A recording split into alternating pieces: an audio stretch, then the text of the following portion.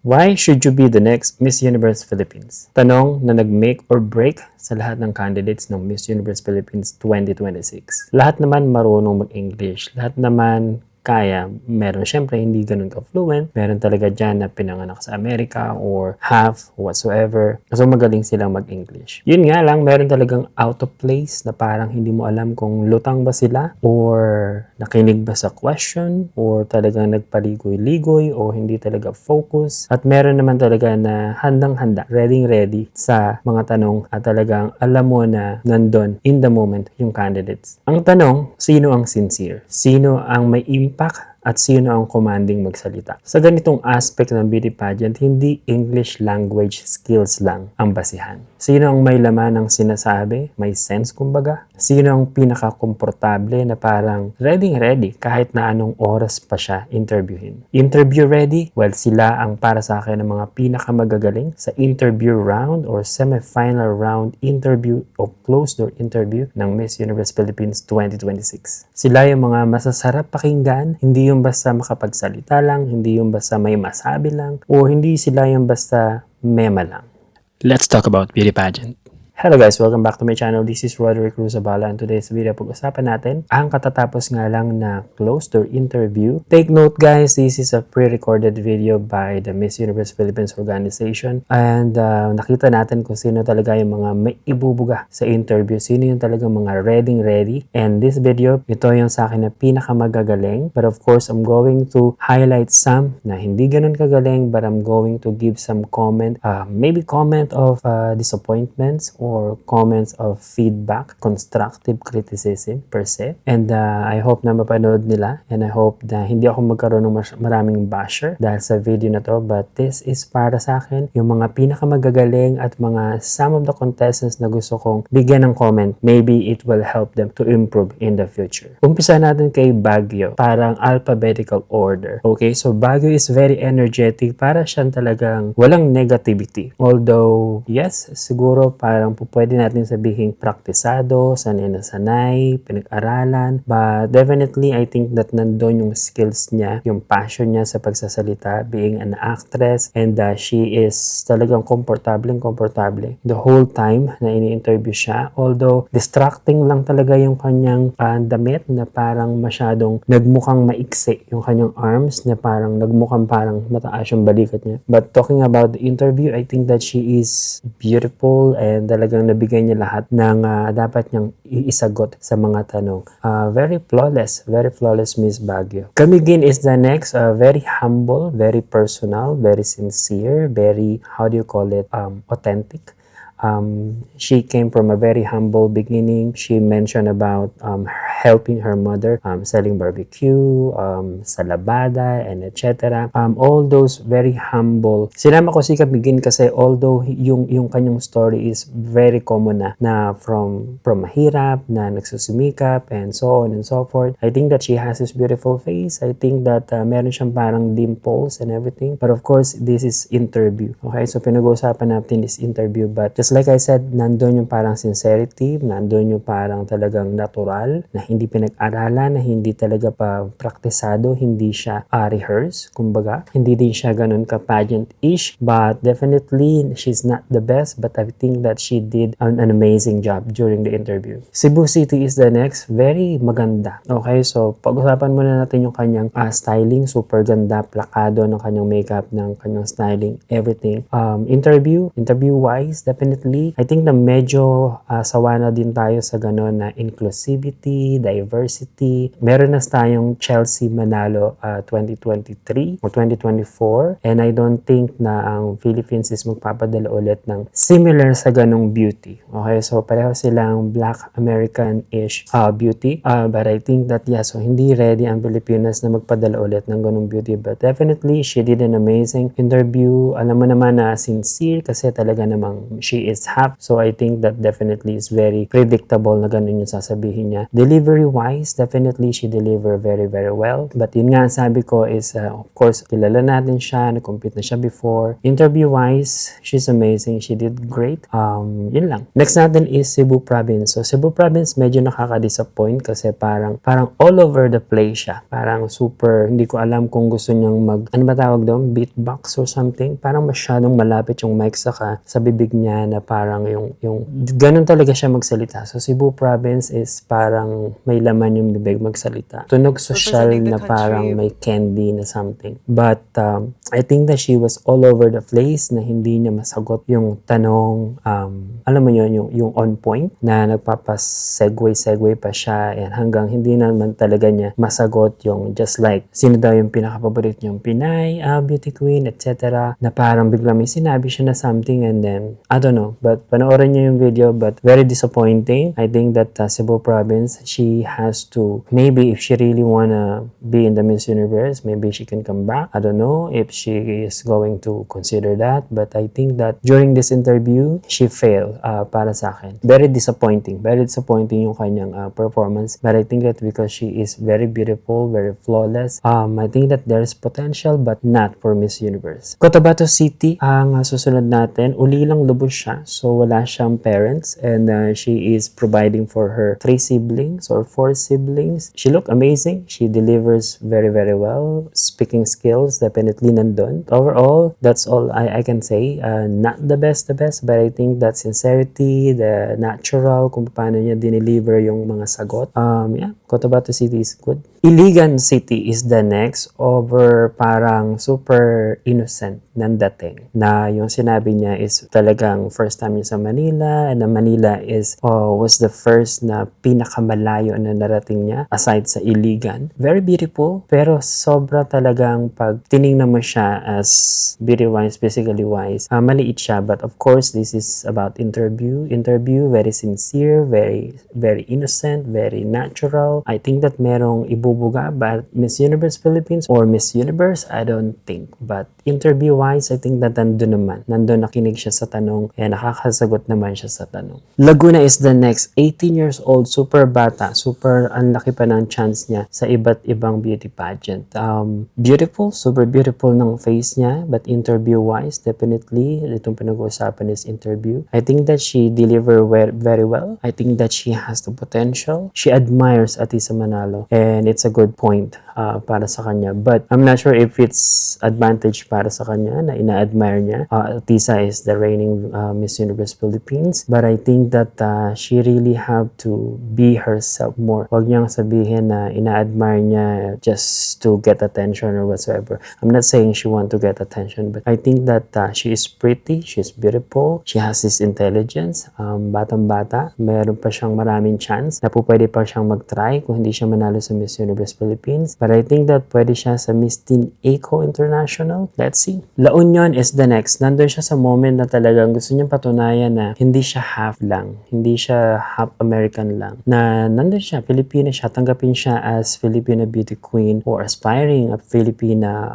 representative para sa Miss Universe Philippines or para sa Miss Universe Beauty Pageant. Definitely, sabi ko nga kanina, English skills. Pinanganak siya sa Amerika, of course, nandoon. Kaya-kaya niya mag-English. Kaya-kaya niya magsalita na English. Definitely. Nakakatuwa na pinag-aralan niya yung history, yung culture ng Philippines. Sabi pa nga niya is paborito niya was the first carnival queen. Actually, hindi ko alam yun. And nakakatuwa na pinag-aralan niya yun. But definitely, isa sa nakikita ko sa kanya is, alam mo yung parang hindi sure yung kanyang face, na parang frightened, na parang takot yung mukha niya. Mukha siyang humble, definitely. Yun naman na sinasabi nila. But I want to see, ako lang personally, gusto ko makita yung face niya na mas sure, na parang mas confident, na parang mas may buhay, parang mas lively yung kanyang face. Kasi yun yung kulang sa face niya, yung parang malamlam, na parang malamya, na parang she can speak, she can really speak speak very good English. But nakukulangan ako ng parang confidence, na kumpiyansa sa sarili because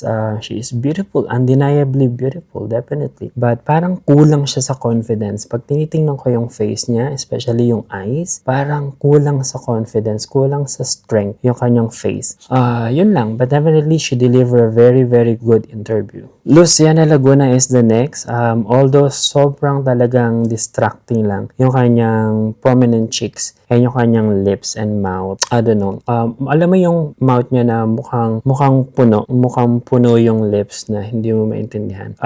But interview-wise, she delivered a very natural interview. Hindi siya pageant-ish. Hindi siya yung talagang rehearse. Talagang natural na parang nakikipag-usap ka lang sa kanya. It's just very inspiring na hindi talaga siya pinush ng kanyang parents or ng kanyang mother na former Miss World Philippines or Binibining Pilipinas World noong 90s. She is a pilot. She is a businesswoman. I think that she is overall beautiful, but interview-wise, talking about interview, I think that she did well. In general, that she has a chance. Nakikitaan ko ba siya ng chance to be the next Miss Universe? I don't see, but interview-wise, I think that she delivered a very good job. Manila is the next. Okay, so she is an esthetician or esthetician, and she provided a pharmacy sa kanyang parents na both pharmacies, okay, back in Canada. Kita mo talaga na sanay siya. Okay, the accent is there, the English is beautiful, but talking about the overall potential sa Miss Universe, I don't see a potential Miss Universe. Pwede pa siguro sa ibang beauty pageant, but interview-wise again, back to interview, yun ang pinag-uusapan naman natin. I think that she delivered a little bit of pageant-ish sound, but of course, talking about sharing her story about being an OFW, her parents is also OFW, providing for her parents. A very good interview. But yun lang. Muntinlupa. Okay, so Muntinlupa medyo malikot din siya. Okay, so palagi siyang tumitingin sa taas. Ganyan.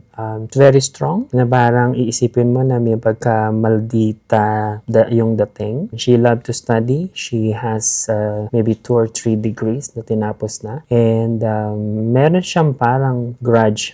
Sinabi niya na she joined Miss Universe Philippines after being Asia's next top model first runner-up because nag-aral siya sa Pilipinas, nag-grow siya sa Pilipinas, and she is considerable a Filipina na. So, I don't know really where she is coming from, but maybe because of course, marami naman tayo nakikinig kahit para sa akin, no? So parang hindi ako against sa mga half, but of course she is half. So siguro doon siya nanggaling or doon yun yung pinanggagalingan na sinabi niya na nag-join siya dahil alam naman niya na half siya, but she grew up in the Philippines, nag-aral siya sa Philippines, nag-work siya sa Philippines, and nag-represent siya ng Philippines sa Asia's Next Top Model. But of course, parang kulang daw sa kanya is because modeling is walang sash. So she is wanting na mag-compete with a sash on her chest. So yun, so medyo sincere talaga, medyo raramdaman mo nandun yung hunger, nandun yung passion, nandun yung eagerness niya to be a representative ng Philippines. But Miss Universe, I don't think. But interview-wise, she did a very, very amazing interview. Negros Occidental, very beautiful. Pageant-ish, pero parang hindi. Alam mo yun, yung parang, pwede naman kasing yung substance na sinasabi mo is magmukhang pageant-ish. But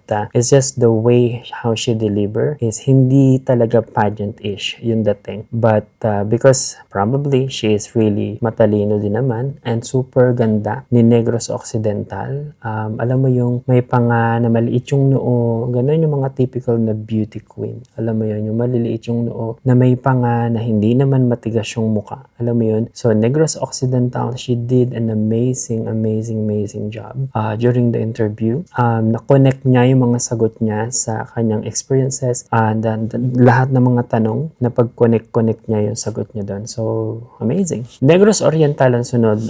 Actually, hindi ko siya paborito before. But I think that after hearing how she speak, I think that at Negros Oriental is very sincere, very, alam mo yung may lalim. The way she speak is yung hindi yung mabilis, hindi yung mabagal, but meron siyang bagal na parang pakikinggan mo siya. Kasi parang nakikipag-usap siya sa'yo, heartfelt, kumbaga. So, I think that, yeah, so looking at her interview, I think that pwedeng-pwede siya sa semifinals or even maybe top 10, maybe runner-up. We don't know. Let's see. Next is Nueva Ecija. So, Nueva Ecija, she volunteered as English tutor sa UK. Okay? So, parang sinabi niya is, bakit daw siya nag-English tutor is because parang hindi siya marunong magtagalog. Nagkaroon siya ng inspiration doon sa experience niya na hindi siya makapag-Tagalog. Sa UK, meron siya mga tinuturuan na hindi makakapag-English. So, parang nagkaroon siya ng inspiration or motivation na bakit hindi niya tulungan for free for like few hours para naman hindi niya maramdaman o hindi maramdaman ng mga tinuturuan niya yung nararamdaman niya before nung nasa Philippines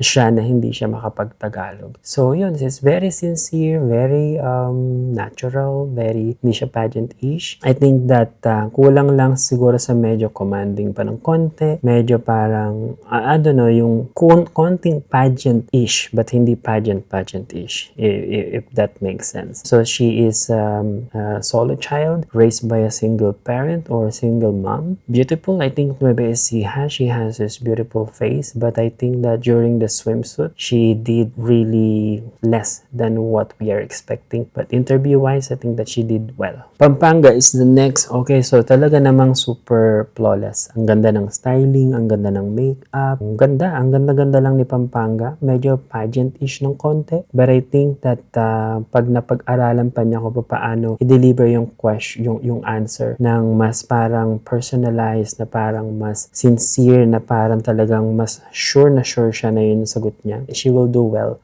So Pampanga, I think that overall, she has a chance. Maybe top 5. Let's see. Rizal is the next. Very eloquent Very talagang super cute lang. Ang lapad ng noon niya. Ang ganda ng eyes niya na parang, alam mo yung mga pinapagawa ngayon na cat eyes or cat's eye. It's just very eloquent. Alam mo yung talagang on point. Lahat ng mga sinasabi niya is on point. Walang paligoy-ligoy. Na talagang para siyang nasa declamation. Yun yung feeling ko pag pinapakinggan ko siya. Para siyang talagang sanay na sanay siya talaga kasi she grew up in the US. And definitely English is very, very easy para sa kanya. But eloquence, the substance is there. So I think that, yeah, Rizal is, she did amazing. Summer Island. So Summer Island also matalino din siya. Also, she is very, very young. I think she's only 18 or 19. Although talagang distracting lang yung lips niya. Hindi pantay, hindi symmetrical yung lips niya.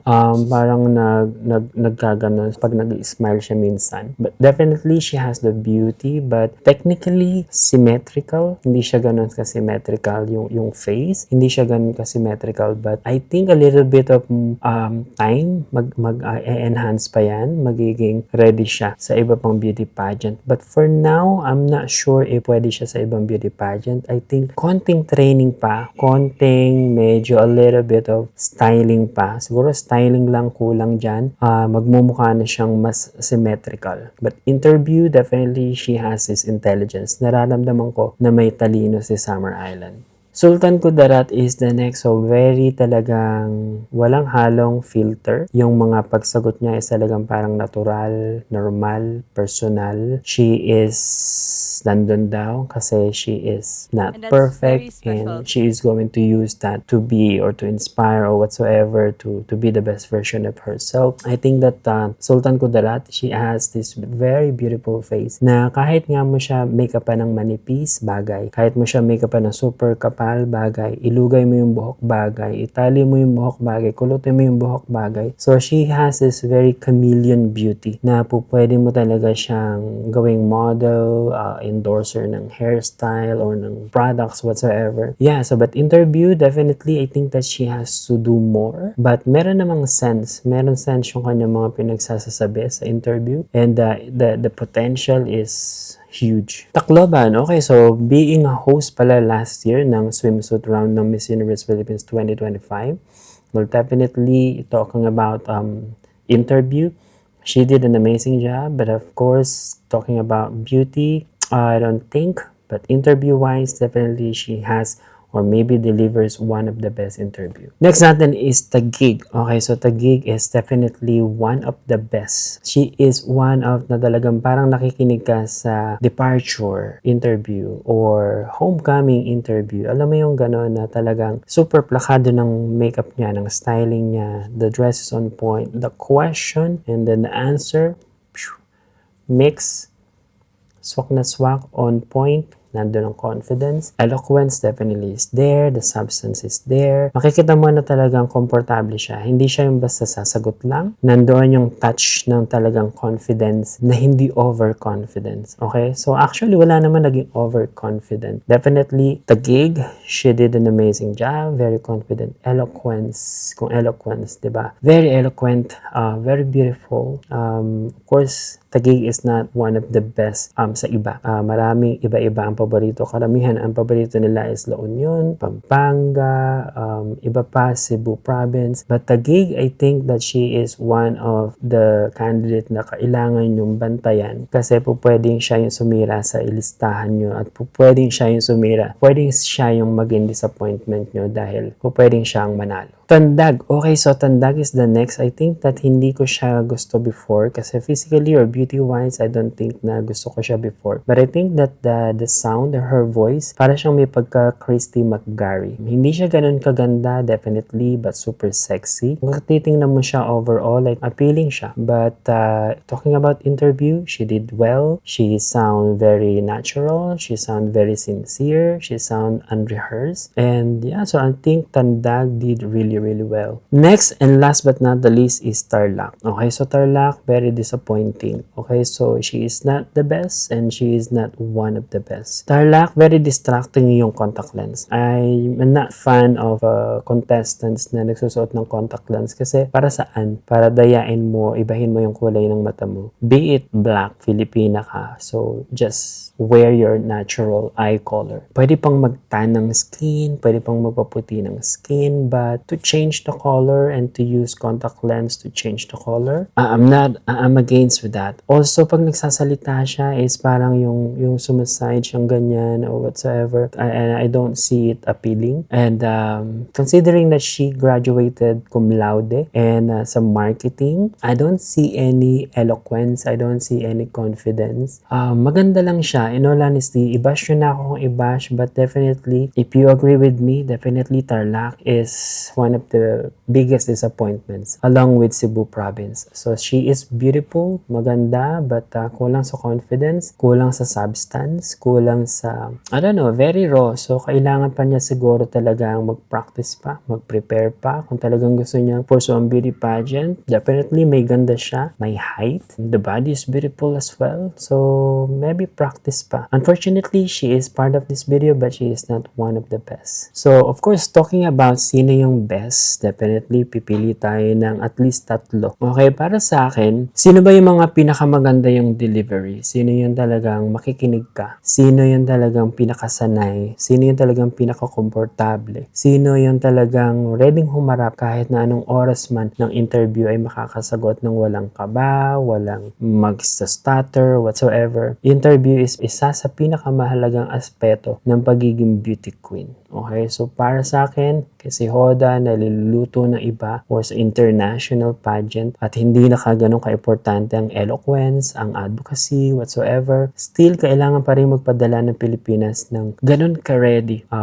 Technically, kung paano magsalita, kung paano o dapat ganun kagaling magsalita. And dahil dyan, so ito para sa akin yung top 3 ko. Okay, so number 1 is Muntinlupa. The next is Taguig. And the last but not the least is La Union. Okay, just like I said, nakakatuwa na pinag-aralan yung history, yung culture ng Philippines. She is an advocating for Filipino na magkaroon ng motivation to see hope and future being or sa local or being to like explore in the Philippines in general. Parang ganun ang gusto niya sabihin. But ang comment ko lang sa kanya is, hindi naman kasi lahat is ganun kaganda kamukha niya na they can be a model. Alam mo yung iba yung may ganda kasi So pag maganda ka sa Pilipinas, madami daming opportunities na lalapit sa'yo. And not all the Filipinos are going abroad because takot mag-explore sa Philippines. It is, a lot of Filipinos are tired and exhausted of what is happening in the government, what is happening in the Philippines, political-wise, security-wise, economy-wise. So those are the reason why the Filipinos or most of the OFWs are leaving the country. So yeah, but overall, I think that she has this sincerity, she has this parang emotion talaga, heartfelt yung mga sinabi niya. Pwede mong sabihin din na pinag-aralan lang niya, but I think that beauty-wise, definitely, I think that La Union is giving all her best. Ay, nararamdaman ko naman nandun yung uhaw niya to be the next Miss Universe Philippines. But talking about the best, of course, hindi naman kayo papayag na hindi nyo malaman kung sino yung best. Of course, Taguig. Yun lang. Hindi ko nasasabihin kung bakit dahil in-explain ko na kanina. Dahil mababash nyo din naman ako kahit na ano pa yung sabihin ko. Okay, so para sa akin, the best interview is Taguig Bella Ismael. Super spontaneous, confident. Kita mo yung confidence sa mukha. The maaliwalas, just like sabi ko nga. Yun, so Taguig I think is the best. And para sa inyo, sino yung the best interview? Hanggang dito na lang. Thank you very much for watching. Bye-bye. Let's talk about beauty pageant.